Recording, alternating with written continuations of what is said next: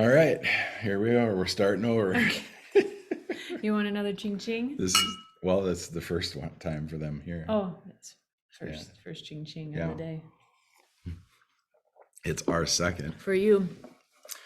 Well, we started off on a topic and it wasn't working for me. There's a ChatGPT suggested topic, and I've been into the AI a lot for the last several months and getting really good with it. I have a hard time. I like it for copy. I like it for doing just regular marketing kind of things because it comes up with some good ideas. But I had it task us a topic, and I felt a little bit controlled by the computer. Like I had this, like AI has got me, and so anyway, Jon and Tara podcast. I think this is number 106. AI did not tell us that. How are you doing today, Tara? I'm doing great. Hmm. I'm doing real good. So I'll take a topic from you. Well, I thought you had prepared a topic. No, we just picked one off the list. Yeah. Well, it's interesting. The one that I had in mind for a while is because I think at some time or another, every couple is going to experience challenges, and there are different areas of life that we tend to experience challenges. Probably the most common in a couple's relationship is money and kids. And just because there's usually especially if you have kids. So is it having money and having kids, or having kids with no money, or having money with no kids, or having neither? Well, as you know, too, even there can be problems with having money and what to do with it. And even though you might have wanted to have kids, hopefully, and that if you have kids and that was your plan, there can still be some really challenging times. And so, we have more experience in just like even the length of our marriage in the money department. Because your son lived with us for relatively, for 7 years of our 8 years of our relationship. Mm-hmm. So out of 24, that's, a third of the relationship. We've been married for 23 years, together for 24. And Justin was 12 years old when we met. He was 11. He's 11 years old when we met, and he lived with us until he was 19. Yep. Just to fill the little background information for people. There you go. So I think too, like you've talked about ups and downs in the economy. I think, with the ups and downs, there are going to be certain populations, it generally affects the whole population, right? And so what I'm saying is most couples at some point or another are going to have to face challenges with money. It could be, what do you do with a lump sum that's coming your way from, I don't know, some kind of settlement or something like that. But probably more often than not, I don't know. I was trying to think of what happens when you leave a company and they may a severance package or something like that. Yeah. I couldn't think of the word at that point. But most often I think people are going to be dealing with the challenges of maybe lack or where to put money. And what's interesting in my own money journey, what I've realized is that everybody has their own idea of what is enough and what is enough to, for survival, for planning for the future. You assume when you come together, you have the same dreams and goals because that's something that you cover ahead of time, but you might find out over time also that you might have interpreted those things a little differently, or you have to adjust your plans along the way. So I thought that it might be good to talk about, we've certainly had plenty of money challenges, particularly when it comes to business in large, I think by most people's standards, in large amounts of money. And that didn't seem to affect you as much as it did me. First of all, just because of the amount of money, and you were more accustomed to those amounts of money in the family business that you were involved in, and then starting your own businesses. Would you like to? Well, having no money is stressful, and having a lot of money is stressful. And there is a happy medium to be had. That's why they say, you know, when people make in that 50 to 80,000 range, most people are okay because they've got their bills covered. They can go out to dinner a couple nights a week. They've got some hobbies covered, that type of stuff. You know, they're paying their mortgage, you know, if they have a mortgage, that kind of thing.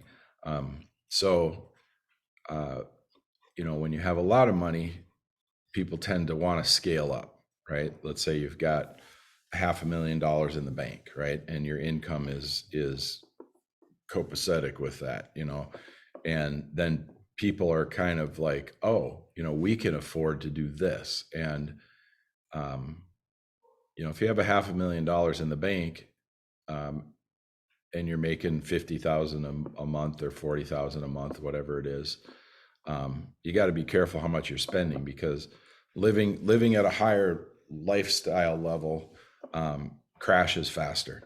You know, it's, if you had a 2-bedroom Rambler with a detached garage, you know, from the late 70s, and you have $500,000 in the bank, you're going to be able to live there forever, right? But everybody jumps out to the lake and they go, I want this 3-story monster with, you know, 4-car garage and all this stuff, and the property taxes are really high, and the lifestyle is very to maintain the lifestyle of your neighbors and yourself, you know, it gets pretty heavy. And then if you have a 10, 15, 20% hiccup, you could end up not being able to afford all that, right? And so there are a lot of really nice houses out there that don't have a lot of good furniture in them, and they're, you know, they're living on credit and that type of stuff. And so there are also a lot of really nice houses out there that are fully furnished and maybe have gold inlay paint on their wall and furniture and that kind of stuff, with made of silk and all this other things, right? You know, so there's both ends of the spectrum. Our money issues, a lot of times, like you brought up, were we had a differential in our thought process, and we knew it to a degree, but we didn't know what we don't know, right? And you don't know what you don't know. And when you're you know, I've never been married for 23 years, and so every day with you is new. You know, I had been married before, but never more than a year, and it, you know, everything past that year was new, and now every day is new, and we're trying to make decisions that are equal with our life, equal with where we want to go. We try to communicate about that type of stuff, and that's the most difficult thing, I think, is truly communicating. Do you think there's anything that you would have done differently looking back? Because, like you said, each experience, each day after a year, particularly, was new. But you have the experience of 20 some years together now and can look back on who I was in particular at those times as we were growing, as you in particular were growing business. Would you have done anything differently? So at one point, you know, I worked with my family for quite a while. And at one point, I tried to bring in a family business counselor, right? Someone that comes into businesses that are run by families. There's multiple, you know, generations in a family. And that's one of the toughest things to do, right? Is to have, I had 3 generations in my business, and trying to balance the old school with the new school, and then the aggressive school. That's the youngest person. You know, was very difficult. There was wives involved, right? I worked with my brother, and he had a wife, and I was married to you, and so there's feedback and things coming from multiple areas. There's the ideas that my parents had, and then there's the ideas that my son had. And I'm using this as an analogy for you and me.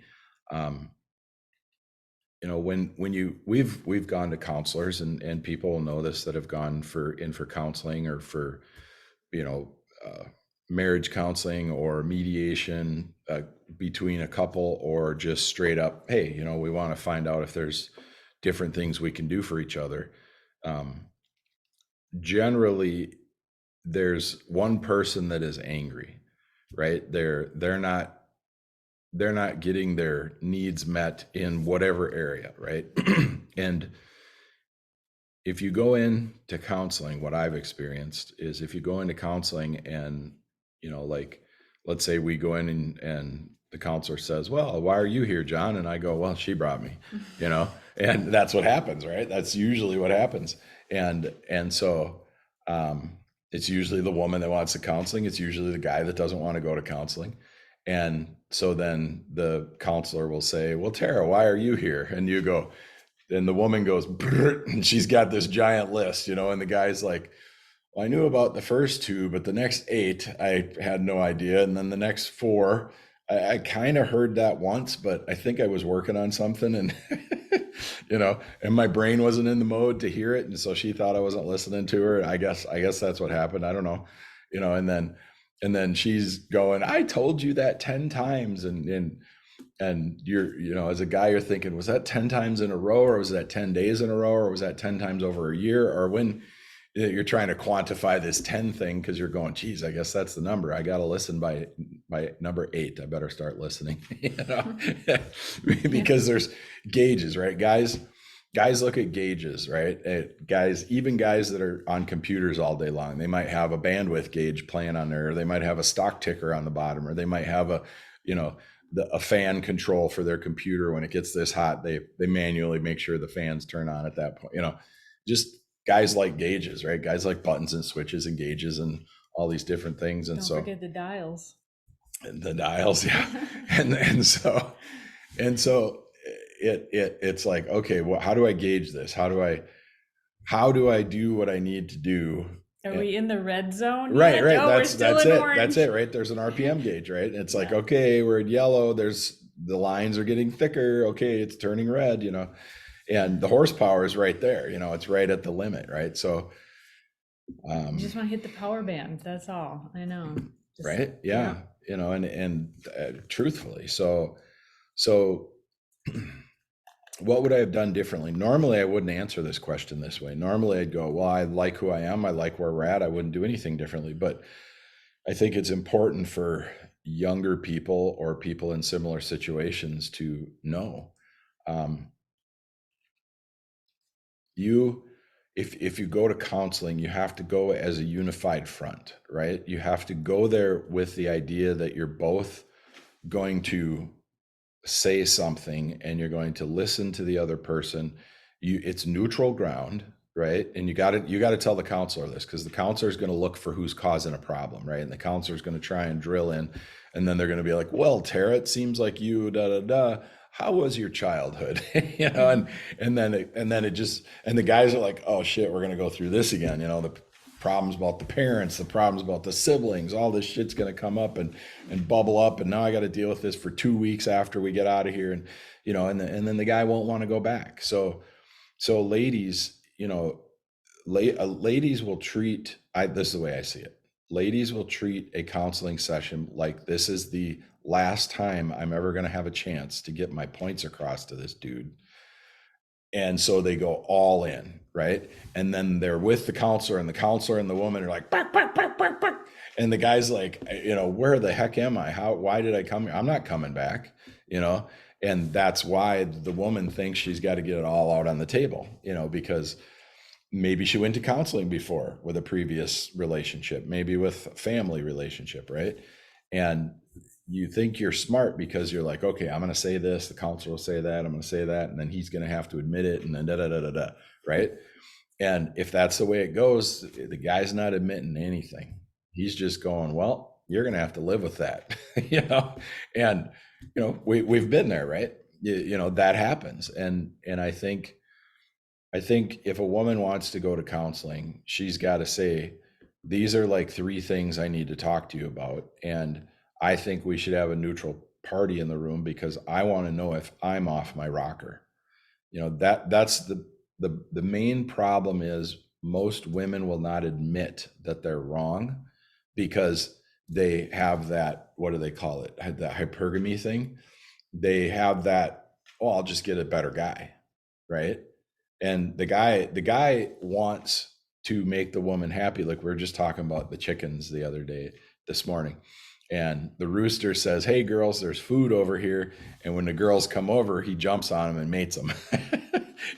There's more to the conversation, but a Right. rooster literally has a certain call, Yeah. and he will pick up a piece of good food Yeah. and he will call them over and make sure that they eat a lot of times before he even really dives in. Yep. He's very caring, and then he mates them.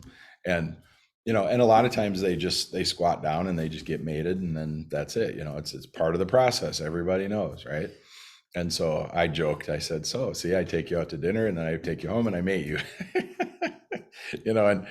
And it is literally that simple for a guy, right? And it's very difficult to hear that your lady is not happy about her life, right? She's not happy with you. She's not happy in a situation, no matter how much she says, it's not that I'm not happy with you. I just want to talk about this, right? You shifted the way you talked to me about 4 years ago, roughly, right?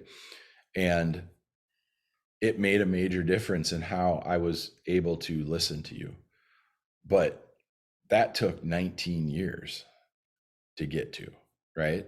Well, finally, you were able to listen to me differently. See, guys, that's what a woman does. See, ladies, that's what a woman does. Obviously, she was correct the entire time. But you, as a human being, you have to ask yourself, why am I frustrated? Why am I angry? Is it really my guy? Is it really my guy not is my guy really not working hard enough for me to give me what I want? That's a really terrible question when you think about it.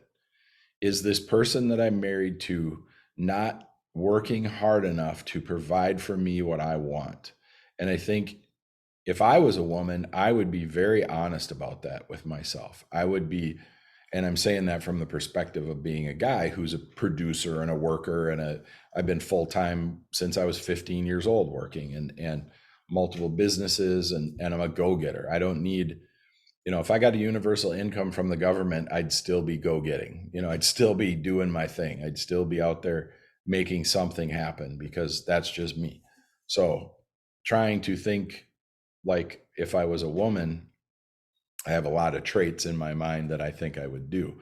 Maybe I would just get a boob job and go live on a yacht. I don't know, but more than likely I would be like, okay, what question am I asking and how does it sound when I say it out loud, when I say it the way it actually is?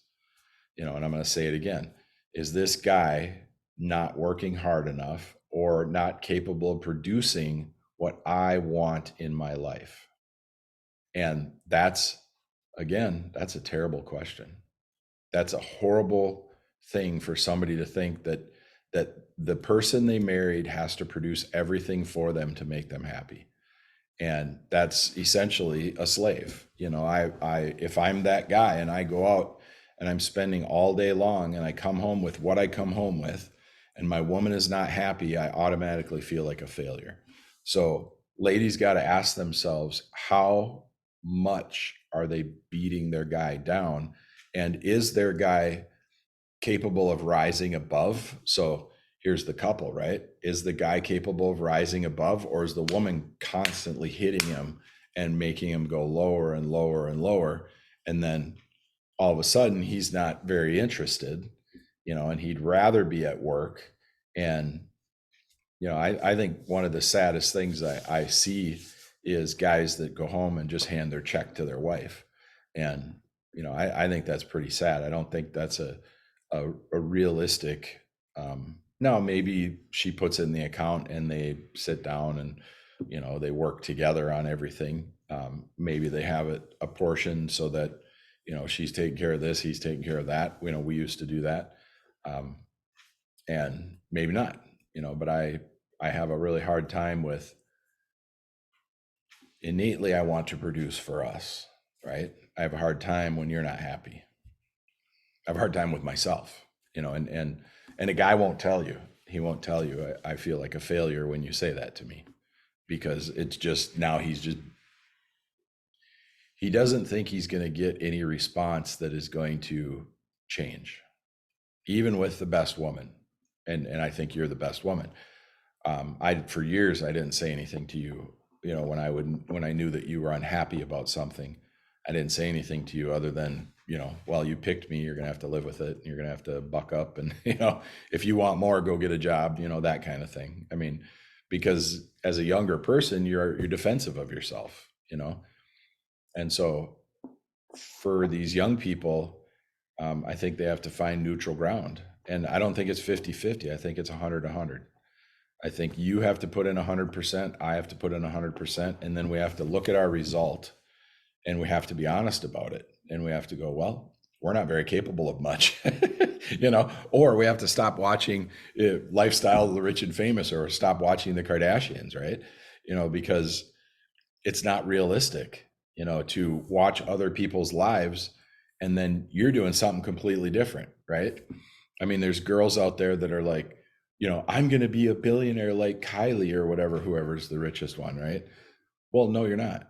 You don't have a mom that is pimping you out. You haven't dated, an entire professional basketball team. You haven't married 4 guys that you're now getting alimony from. You don't have a kid with one of the richest guys, one of the richest rappers, and now you're getting alimony and child support. And, and if they think they're going to model their life that way, you need attorneys for that. You need money to be able to do that. You can't, it's not just happenstance, So a couple questions. How do you actually find a neutral counselor in your perspective? I don't think you can. I've never met one. I've never met one that even, okay, so when I got sick, I was really sick. You introduced me to a counselor. you jokingly, I'm serious about it, but jokingly I said, well, she thinks she can get me to a counselor now because I'm very weak. I was very calm. I was very almost suppressed because I was so sick and so weak, and you didn't do anything bad to me. We were literally talking about shifting our business models and how we do things. And so you found a counselor who was a really good guy. It was a Christian counselor kind of thing, Christian ministry counselor, which I'm fine with. I'm all about God, and I'm all about, the Bible, and I'm just not all up on religion. But I didn't have a problem with that. He was a nice guy, but he still was slanted towards you. He still was like, well, it sounds like Tara has an issue with this. Jon, what are you going to do? And I kind of started turning things around a little bit, going, why, Tara's going to have to do, I just about died. I was like, I just recovered from near death, and I'm like, I'm just recovering, I'm taking care of myself. And if I shift my business models, I shift them. If I go out of business, I go out of business. If I, there was not much I could do as far as control. It wasn't the best time for me to go to a counselor and try and fix anything that was wrong with my life or with our relationship or anything. And I don't think there was any major problems, not on my part, for sure.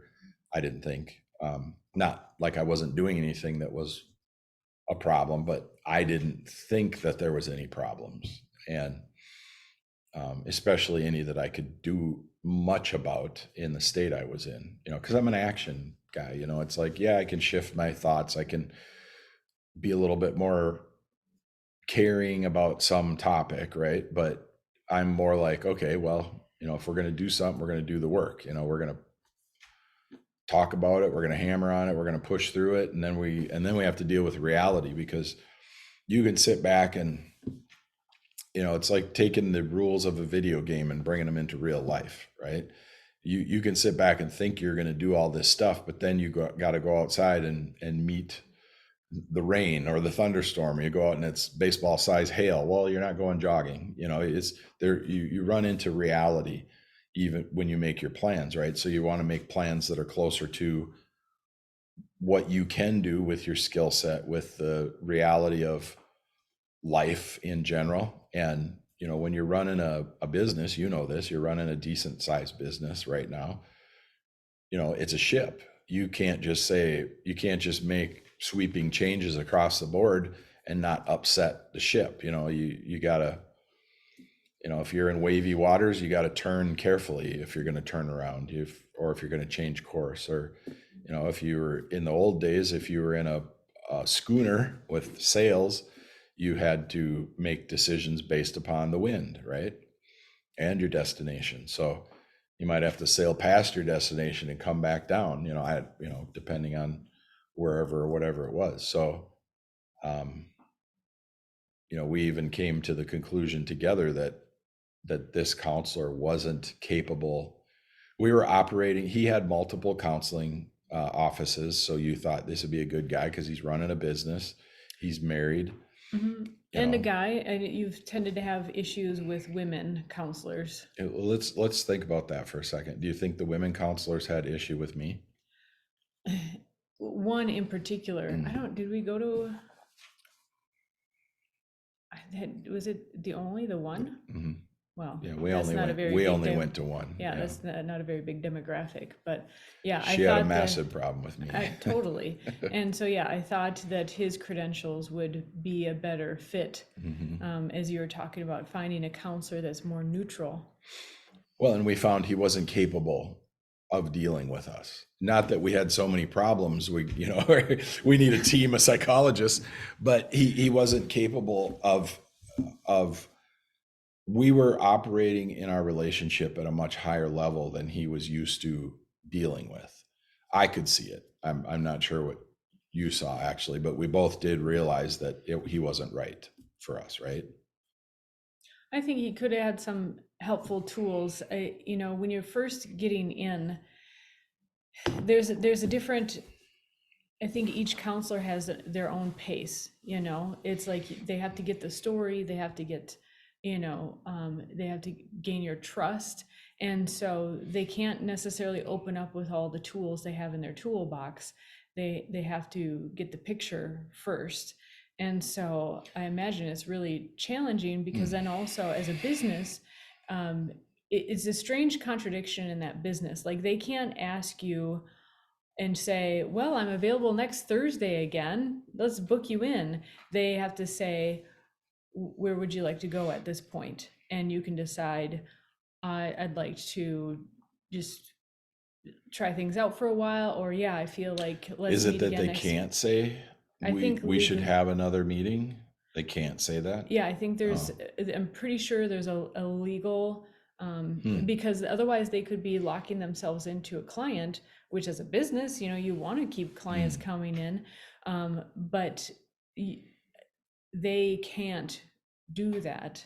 And so it's got to be kind of a strange conundrum where you have to maintain the faith that, okay, new clients will come in the door, and you can't try to keep your current clients coming in the door. So yeah, it's very, I think it's really interesting. So I think, yeah, of course, I thought he was the best match for us at the time, especially what I could find locally. I had looked around quite a bit for quite a while, and I mean, on and off. And, that was when you got sick, that was like, oh crap, everything that I had almost, short of you dying, everything that I had feared was coming to fruition. You weren't well enough to work. I had to do what my stage of business was in a very stressful point. And, I realized at that point too, we talk a lot, and I do rely on you a lot too, as far as just talking about business and getting insights. And you weren't available for that. And on top of that, I really tried to be be there for you. I mean, physically, I mean, I had to do everything else. I mean, fortunately, you could still get up to go to the bathroom very laboredly, but and you were making yourself some fresh juices and stuff.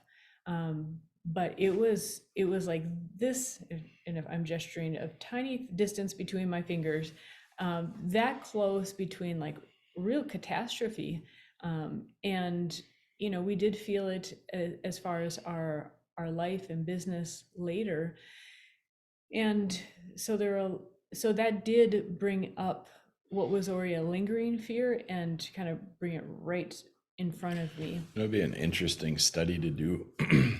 It'd be interesting to take a survey or do an in-depth questioning study of women and their fears and the things that they fear coming to fruition. And because you said everything I feared came true. Just about, yeah. So what is the value of not fearing? What does fear bring?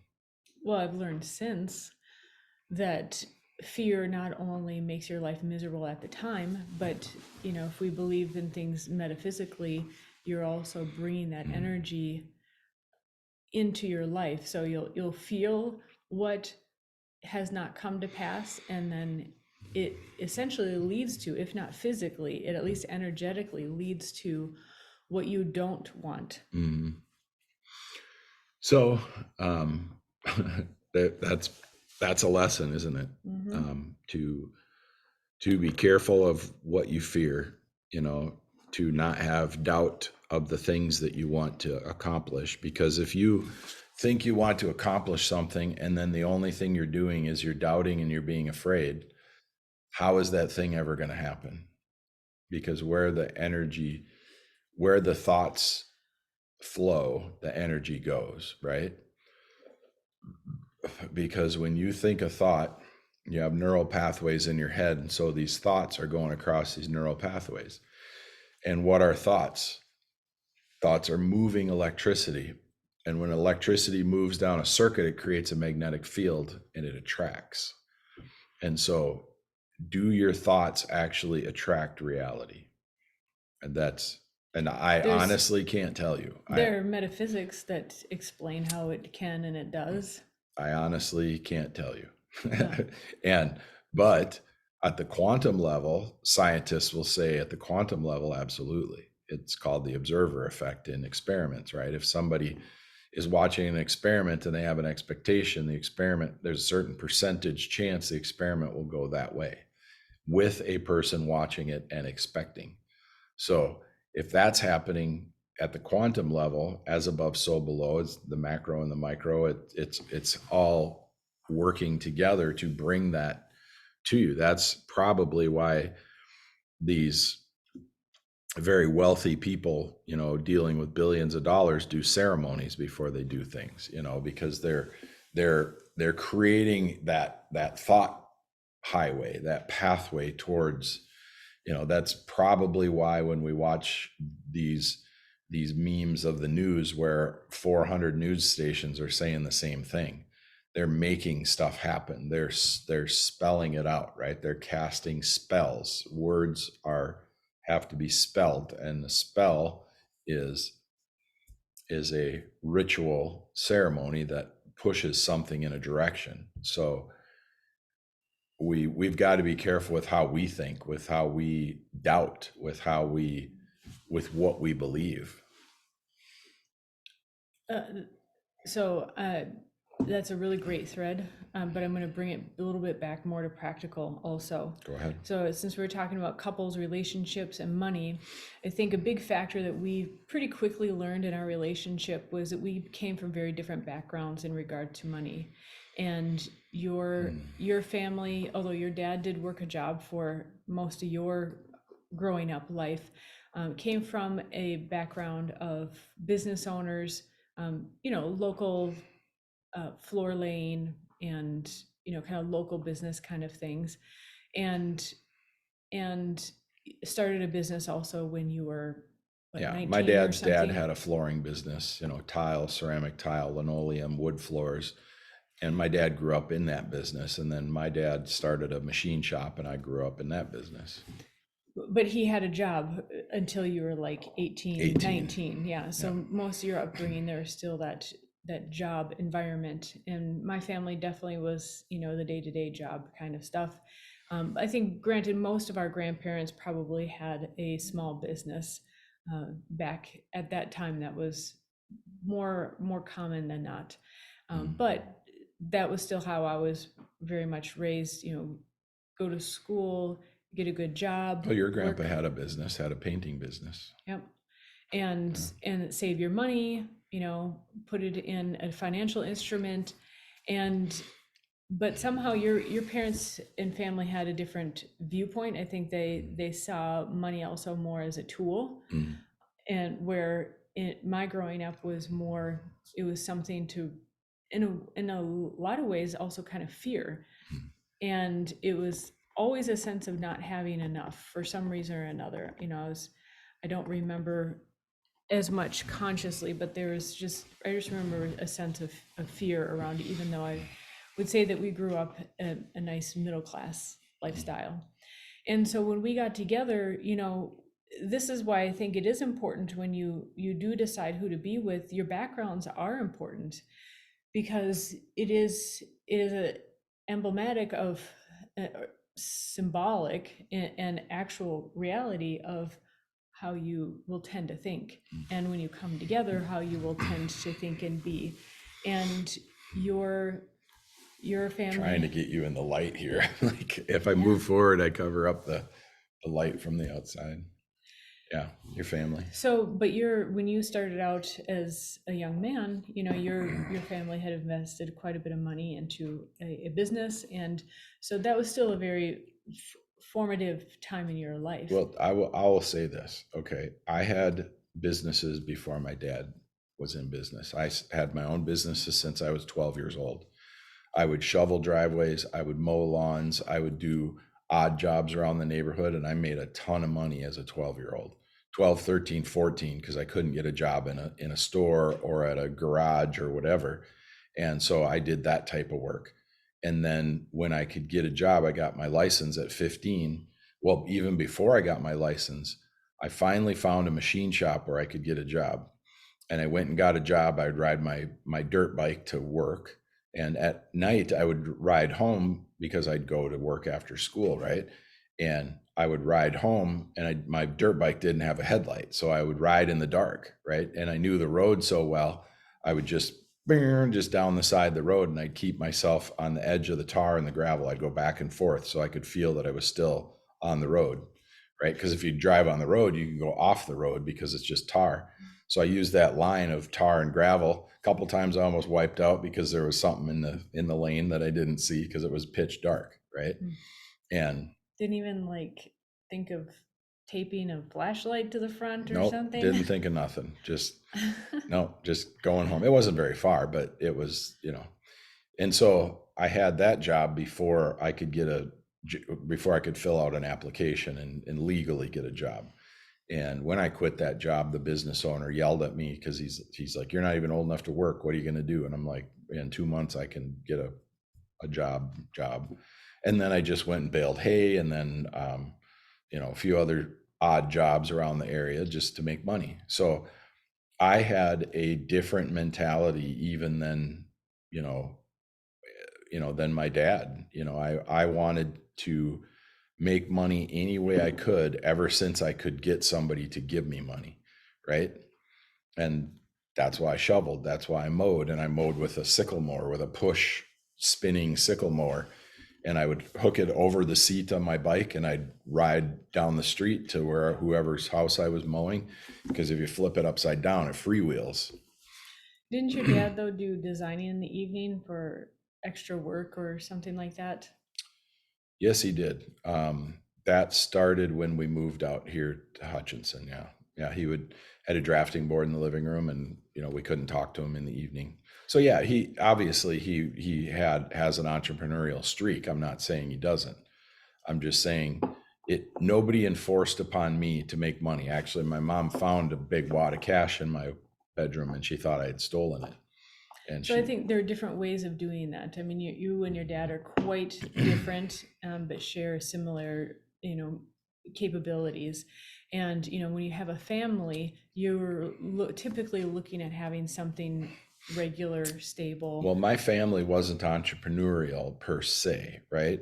I knew my grandpa did flooring. I didn't, when I was 10 years old, nobody said, your grandpa's an entrepreneur and da da da da da. Nobody used that word. It was always just, I have a business. I'm a business owner, or nobody even really said that. I heard stuff like, you know, Clarion can do your floors, or yeah, I'll do I'll come over tomorrow and look at it. I just, it was just casual conversation. Nobody was promoting business ownership like they do nowadays. You just did what you could, and you did what you were good at back in the day. Right. Right. So part of what I was getting at is that, we had very different backgrounds in My that family way. was incredibly industrious. That's what they were. They weren't entrepreneurs. They weren't business owners. They were incredibly industrious. And I watched my dad do every project around the house. When I was little, build sheds. I helped out, bring nails over. It was just, we were very industrious people. So I think what was frustrating to me at the time in particular, and you've said before that you wouldn't share the finances with me in the business because it was too much. There were amounts of money that I wasn't accustomed to, and so forth. But at the same time, I think there were principles.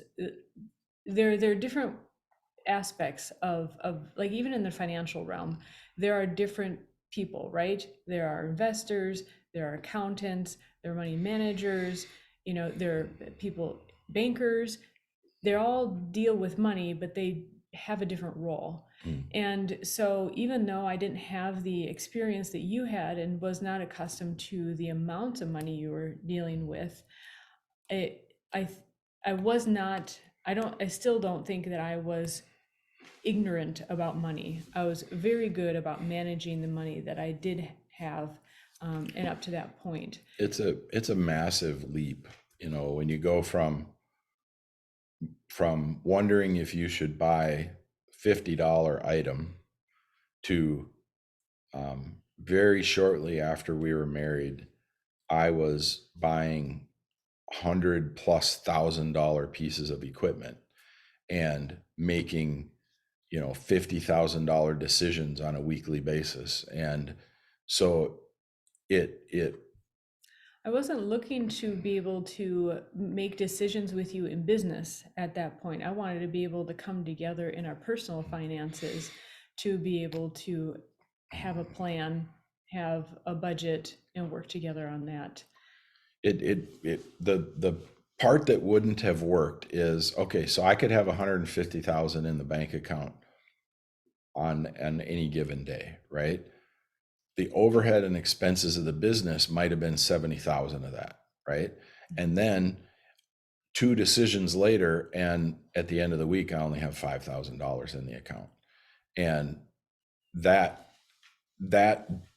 differential would cause most people to have a heart attack, because like I've said before, you think you have, and this, you look at your account before you do payouts and you're like, whoa, I've got X number of dollars. I'm a X 10,000 or X $100,000 heir, right? And then 2 minutes later, I'm a $10,000 heir. I'm a $8,000 heir. What just happened, right? Well, no, that doesn't happen because I have a good idea of actually where I'm at. I understand Yeah. that. I'm not saying you're vapid. I'm saying that discrepancy model, if you had a friend come over and, like we had a friend a few months back get all freaked out because we were somewhere and I was buying some stuff, right? And it's a guy, and he looked at Tara and he said, "Are you going to be okay?" And I said, "Tara, tell him how much is in your bank account." And he could about fell over, and I think if you had a girlfriend come over and she happened to glance and see your bank account, she would think that you're rich. And you go and tomorrow you're doing payouts, and you have enough to, cover your expenses and to have a little extra, but you're not looking at that large amount as that's how much money you have, right? Mm-hmm. That's, and no matter how much we talk about it now, if we're giving advice to people, I would say to a young guy, I would say if you're doing stuff, you know, a certain amount of money for your young wife, your girlfriend, live-in girlfriend, whatever your situation is, a certain amount of money for her to take care of some bills, cover some expenses, and buy something, right? Each week, whatever it is. Would I do it differently now with my knowledge now? Potentially, I might have done what I'm saying. I did put money in for bills, that kind of stuff, and I also, sometimes didn't. And was it a mistake? I don't know. As a young guy, I looked around. I said, okay, we've got a house, we've got food, we've got cars, we've got gas. Um, yeah, you couldn't go and spend $3,000 or even $500 extra somewhere without talking to me. But it wasn't a control mechanism. It was a mechanism of me not probably considering,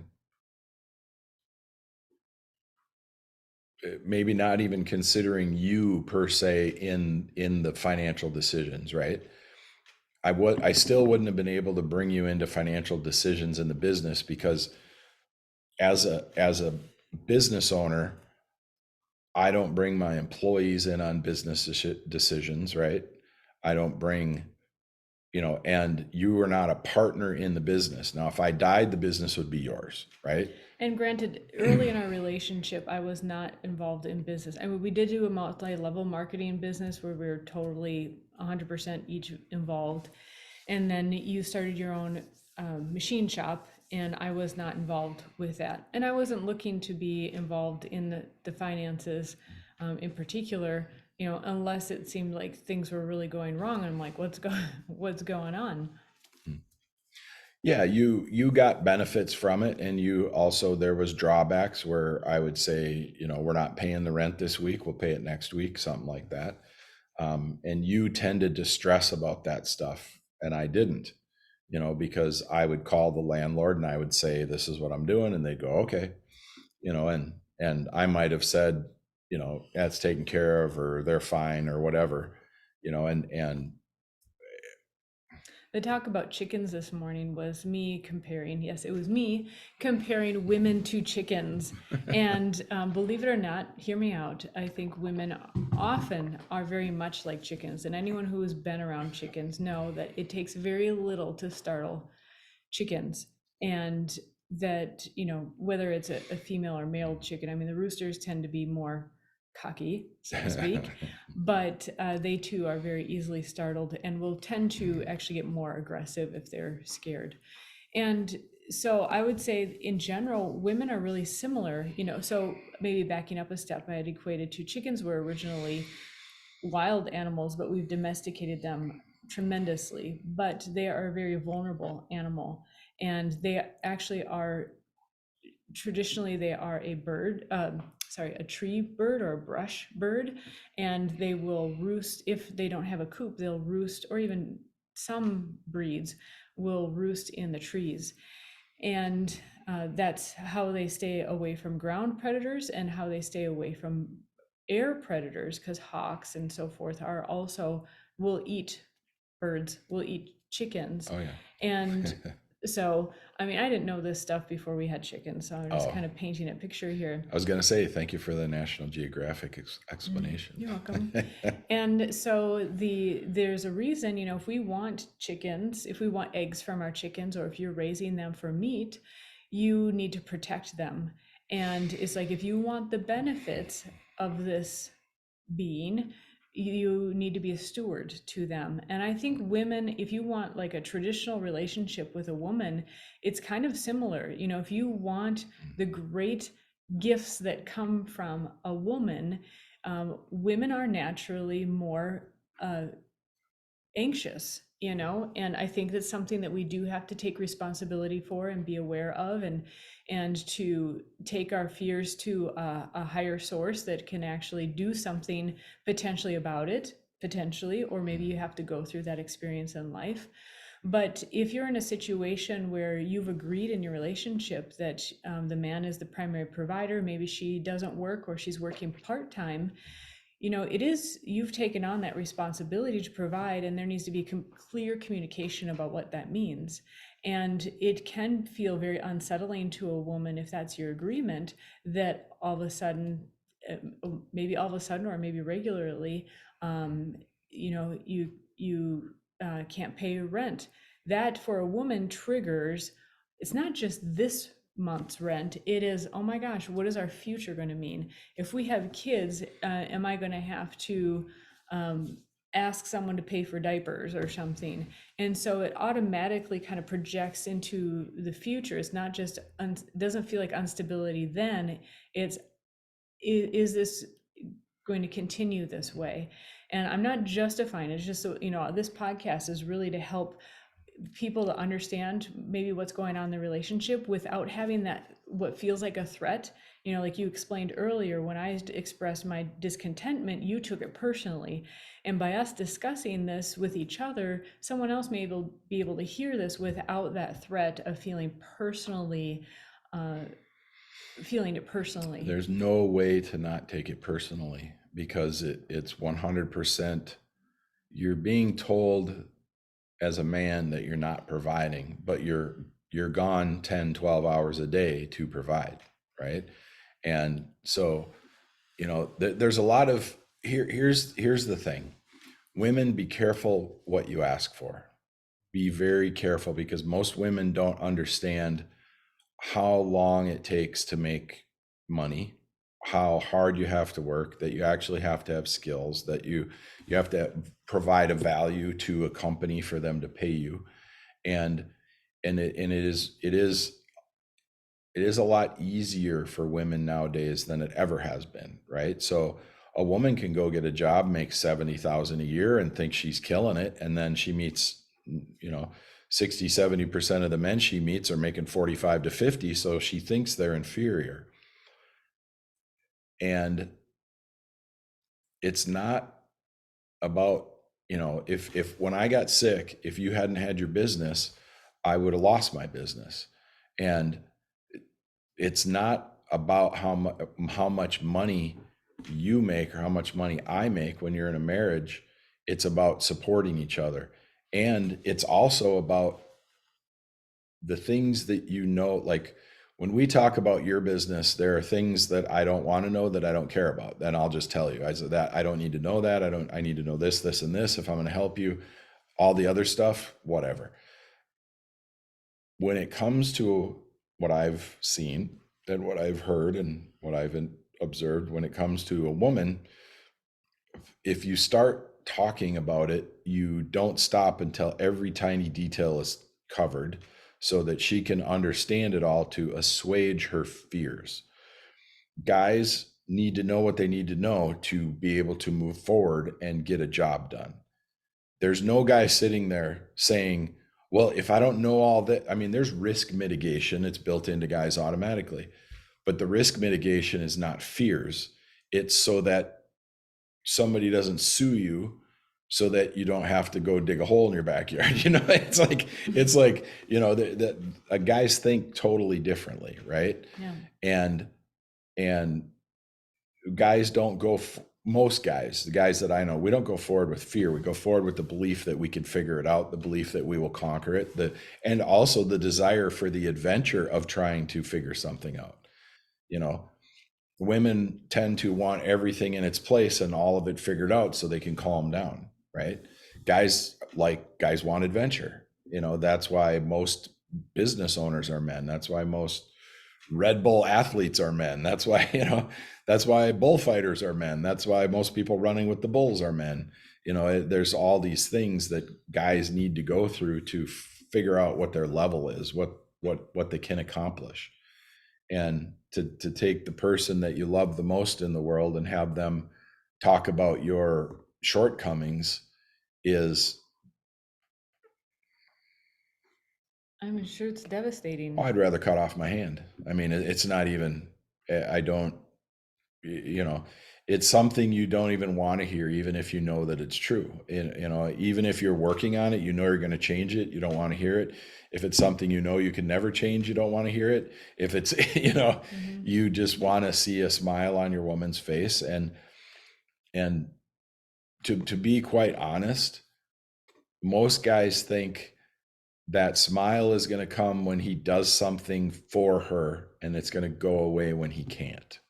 And so it's, you know, it's a conundrum. It's a really heavy conundrum. And I can't even honestly tell a young man to be fully honest, because as a guy submits to a woman, the woman becomes less attracted to him. Usually a woman is attracted because she saw a guy, she saw a character trait in him that she doesn't have in herself, that she desires to see in a man that's around her, that will make her feel secure. That's where the first security comes from, right? I've got a guy with me now. So as I'm walking home at night, as I'm sleeping in my bed, that's the first level of security in a relationship, right? That I now have this guy with me. Okay. Now, if we were living in not comfortable America, where you live in a security building and there's cameras everywhere, right? If we were living in in the 1800s and we were cruising across we were going down the Oregon Trail, right? Mhm. You wouldn't want to travel with a group of women. You'd want at least one guy for every woman, probably two guys for every woman, not, you know, for protection, right? You'd Anyone who played Oregon Trail back in the day on a blackish gray screen and green a characters DOS computer, yeah. knew that you could have the money of a doctor going across, but you'll run going on the Oregon Trail, but you'll run into more problems. Or you could be the farmer. You start out with less money, but he's got skills. Right, right. Take a farmer that's tended to animals before a doctor, because he'll Yep. have 100 more skills. Yeah. So you could have all the money in the world, but if you didn't have a couple of guys with you, somebody just take your money and rape you. You know, it. So the first level of security is A physical having a level. man, right? Yeah.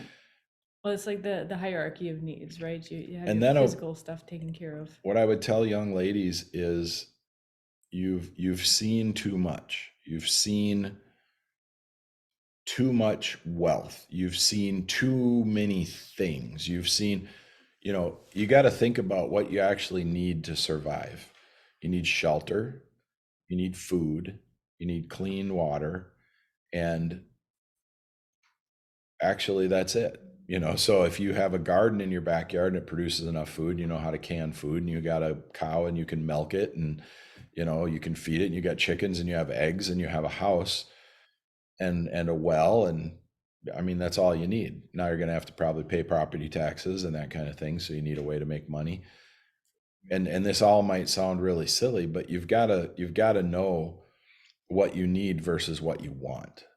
And and then you've got to decide, what are you going to do to yourself in life, right? Because all of your stress, other than the time when I actually got sick, all of your stress was self-induced based upon fears. And then when I got sick, you said all my fears came true. You just said this now, as you are today. We've been married for 23 years. You still said it out loud. All my fears came true. Well, nearly, yeah. Well, I didn't Yeah. die. Yeah. Yeah. So yes. I don't know what to say to that. I don't know what to do with that. Right. Well, you don't need to do anything. I was just telling where I was at that point. But you said all your fears came true, and we're sitting here looking at each other, drinking awesome butter coffee Yeah. with our computer and our iPad and our phone and our cars and our Apple watches and our clothes and all the things. So, you know, saying almost all your fears came true is a really, it's a teaching to a young lady, right? And that's what we're trying to do. We're trying to teach young men and young women, or couples that are struggling in their relationship, because Unspoken expectations are the number one problem, right? People not expressing to each other what they want or need or want. And then spoken expectations that are unrealistic, that can never be attained, or that cause too much pressure in a situation, you know. I'm going to jump in at this point for a different perspective. So recently we went to our nephew's wedding, who he recently got married. And, we did a very small wedding, which I think was great for us. And especially at the time, we just had a handful of family and friends. 15 people. Your mom made the dinner, and our wedding cake was apple crisp. We got married in a local park in November in Minnesota. There was a little bit of snow. You wore your dad's suit, I wore my mom's dress, all to say it was all very homey. Yeah. And was great for us. And, even growing up, I wasn't the one that would ever like dream about my wedding and how it would be and that sort of thing. So it's kind of par for the course. But recently, particularly at their wedding, they had a really nice but still modest-ish wedding. It was actually big for them. Yeah, maybe It wasn't modest for them. okay. The Maybe financial situation of the parents. Neither families are multimillionaires. as far as we know, and the kids are both working. Yep. They're just out of college. Yep. So Yeah. so it was a decent. It was a good wedding. sized wedding Yeah. for those circumstances, from what we can tell. Well, this is But what I'm pointing out. I know you want to say this, but this is what I'm trying to point out. Yeah, They rented a venue. They had 6 or 7 people on each side. They had probably 300, 150 or 200 people there, right? maybe more than 150. 150 people I think I there. had heard. They had an open bar for a couple hours. They served food. They had cake for everybody, cupcakes and everything. And you're saying they had a very modest wedding. Now, why is that? If that was the first wedding we ever went to, you would think that that was the most extravagant thing you had ever seen. But we have seen these stars spend millions on their weddings. We've seen them flying in helicopters, wearing 25-carat diamonds and all this crazy bullshit, right? So you literally said that they had a modest wedding, but they didn't. They had an extravagant wedding for them. And it was all very beautiful, right? And we've got to realistically talk about this stuff, because young people are going to go, oh, well, I guess if you rent a venue that's a renovated barn and there's cabins and your whole crew is staying and everybody's wearing fineries and you're paying for the food, that's just modest, Okay, a couple of things. I think it was probably rather expensive for everybody. Okay. So I don't watch Real Housewives. I don't follow the Kardashians what on wouldn't be Instagram. modest? What wouldn't be modest to you? What wouldn't Flying be, everybody to Hawaii to get married? I mean, I guess I don't know, but let me continue on my own point here. What's interesting though is I would say my upbringing was, and I'm going to get back to weddings. My upbringing was rather, I would say for me, modest. our wedding was modest. Our wedding was very modest. But that would be more on par with what I was accustomed to budgeting for myself. It wasn't until I met you that I learned what nicer restaurants, and by nicer restaurants, I mean like more than a local diner. Quality clothing, quality cars, quality. The most I'd ever bought like brand new brand would be tennis shoes. I think once I started playing softball and some sports, I was like, yeah, Nikes do really make a nicer shoe than Kmart. And it became obvious. But other than that, I bought used or, Kmart, JCPenney brand. But I didn't actually know what those higher quality items were. So interestingly, while you're talking about women having these higher standards, in our case I actually didn't really know what that was until I came into your family, and it was like, oh wow, this is nice, and you had made the argument too that higher quality will last longer and so forth.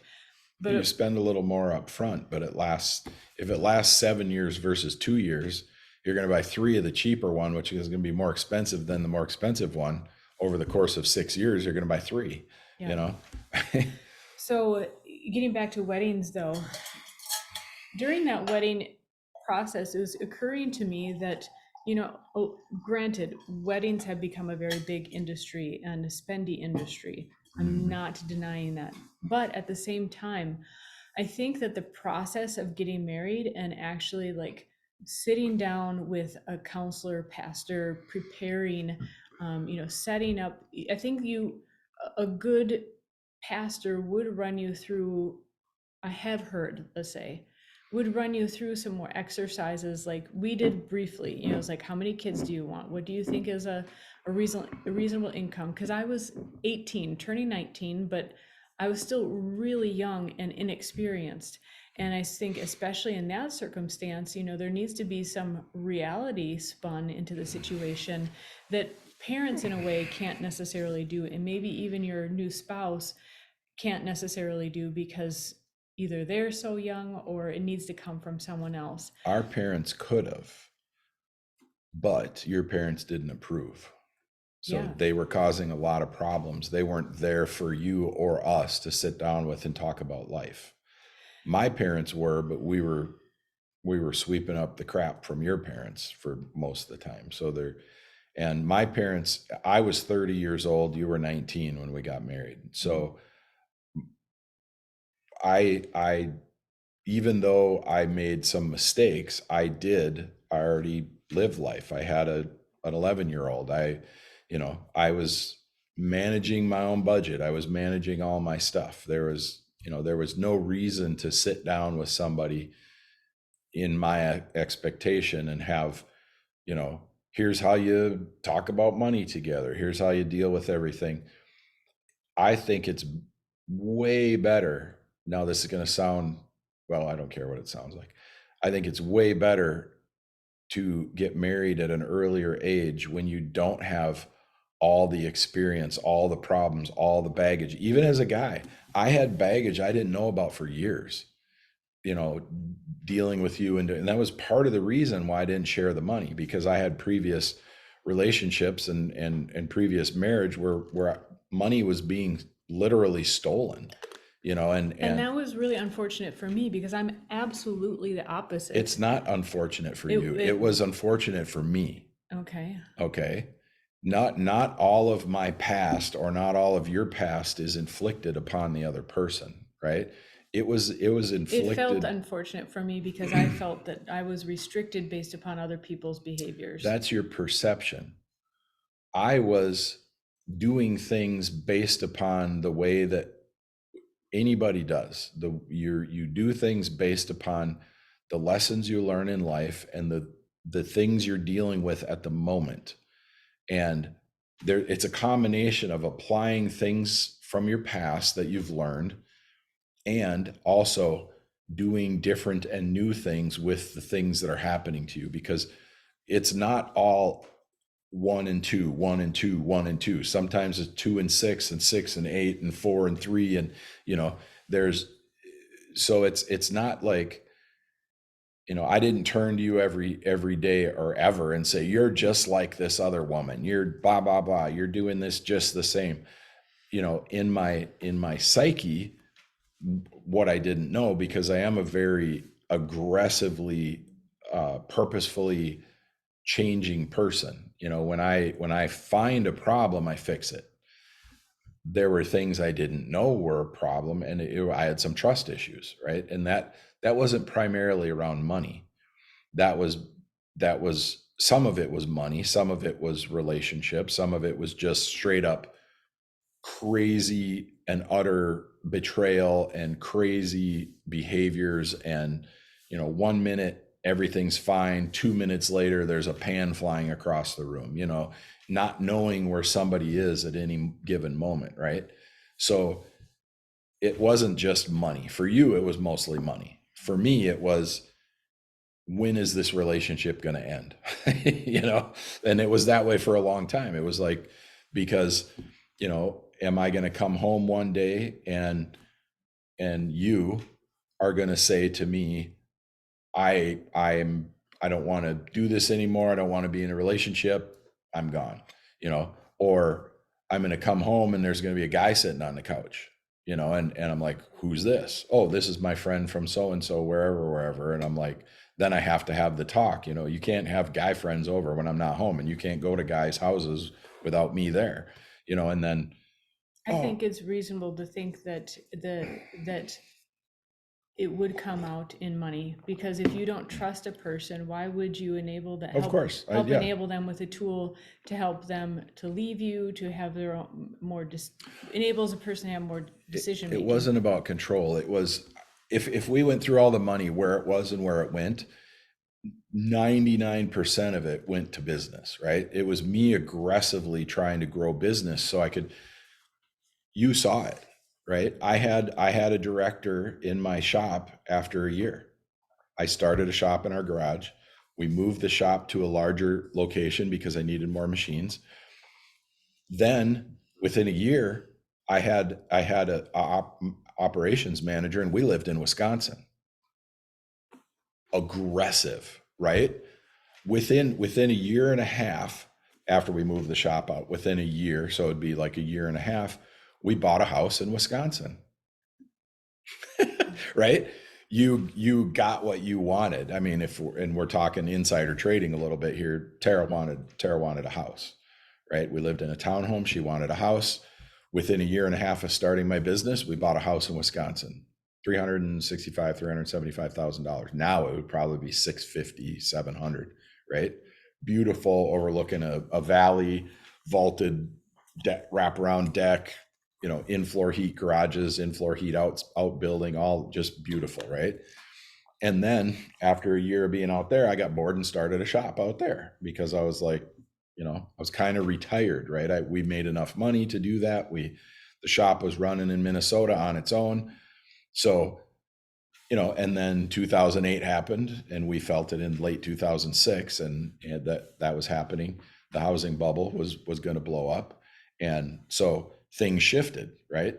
So if we go back and we just look at that little time frame, we built our multi-level business to an excellent level. We found out we were in business with some bad people. We got out. I started a machine shop. Within a year and a half, we were living in Wisconsin in our own home. Fast as shit. Aggressive, right? Money has to go out. Money has to run business. And it was a beautiful thing. And then, you know, 2006, late 6, 7, and then the housing bubble burst, and then it was a roller coaster ride until, like, for 4 years, until 2012, and we got our feet back under ourselves. We didn't go out of business, you know. I mean, and if you look at it from that standpoint, not trying to make Tara feel guilty here, not trying to make you feel guilty.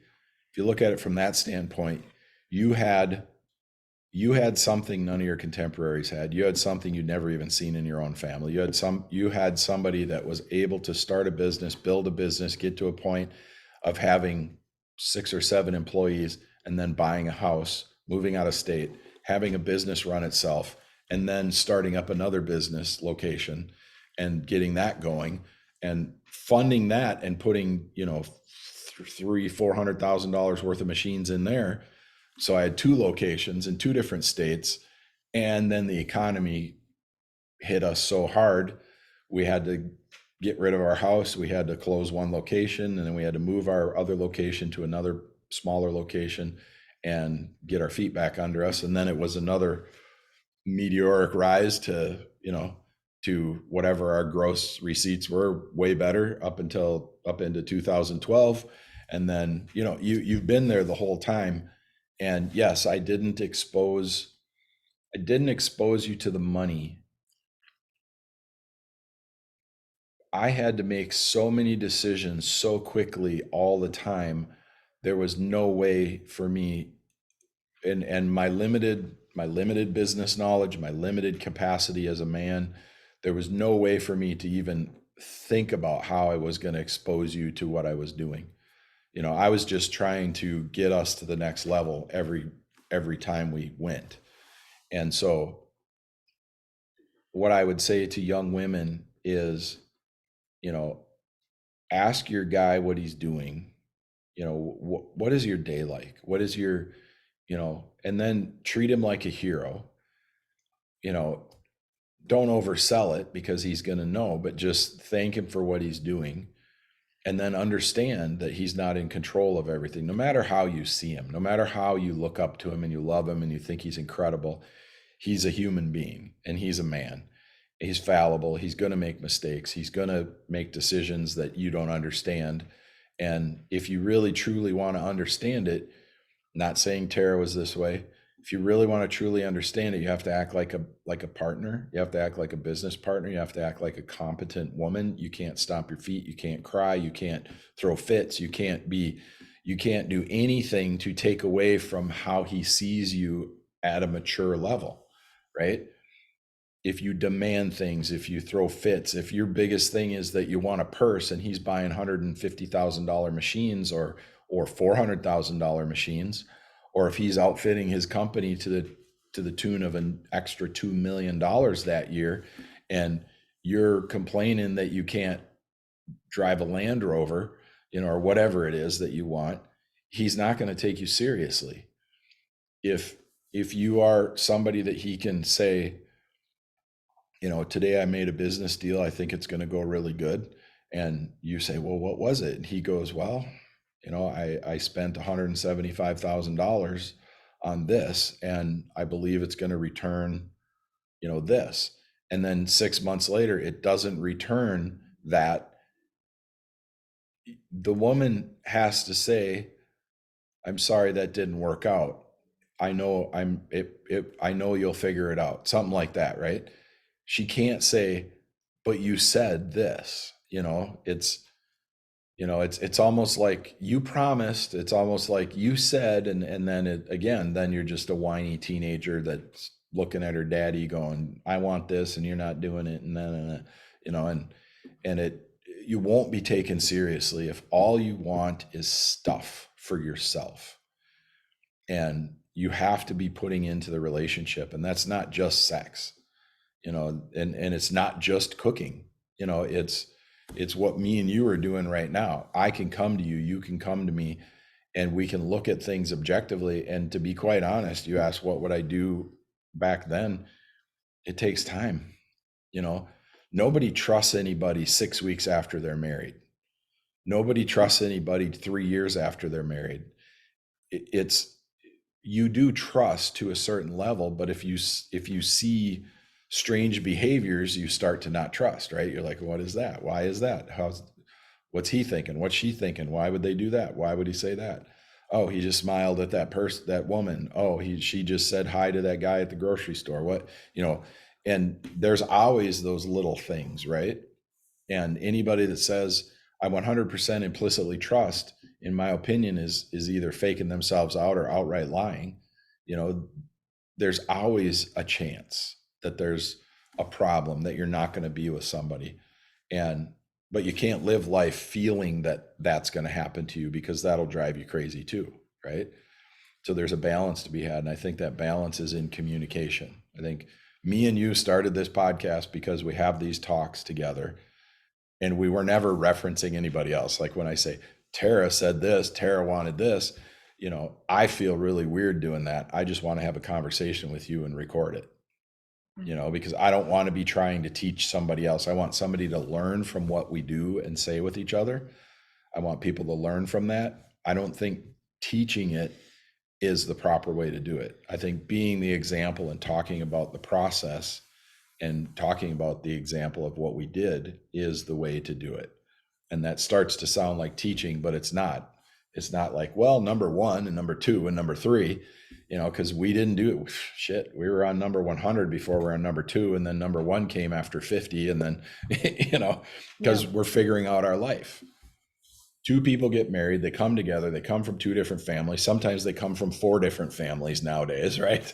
And now they're trying to put together a life between two people. And if they're listening to anybody outside, they're messing themselves up already. right? It's like women getting advice from their girlfriends. Oh, Tara just got married and she's hanging out with her single girlfriends. Hey, you guys, this is what he does. What do you think I should do? And you're talking to single women. You'd be better off talking to someone who's been married for 30 years, right? Oh, don't worry, honey, that'll go away. Yeah. Yeah. So, we haven't covered a lot. It might be a good wrapping up point too, is, even with our experiences and, maybe some interjected advice or interwoven advice, is that we obviously have very particular personalities, and it's our own dynamic, right? And there other people in other situations are going to have very different personalities and scenarios. And sometimes I joke, oh, I wish I could be just vapid and just like, I don't understand, I just want to get that purse. And but I'm not that way. I'm more like, what's going on, like, And I married you for your accountability. I married you because I fell in love with you and you had a phenomenal work ethic. I saw that in you. And there were qualities that attracted me. I can put words to it now. I didn't technically know what it was at the time, because everybody's attracted to different things. I wasn't chasing you for your, for your big bosom and for your model-esque looks, because you didn't look like you do now 23 years ago. And so I loved your character, I loved your personality, I loved talking with you, and here we are doing a talkie show. Yeah. So along those lines also, where was I going with that? Different personalities. I think, in my experience, and maybe this is a good conclusion point, I think even though it's been a lot more work, it's been better for me the more we've been involved in business together. And for me, starting my own business with your inspiration and help has helped me to have the actual experiences to understand where you're coming from and what might have been going on in the past and what you've been through.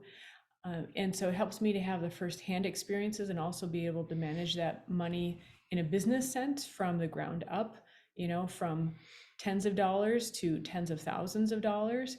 And then, and really have that understanding, so that now, I am much more confident that if something were to happen to you, um, if that I could manage more even in your businesses as well, and be able to handle things and transition things or whatever it may be, especially with the new stuff that we're doing.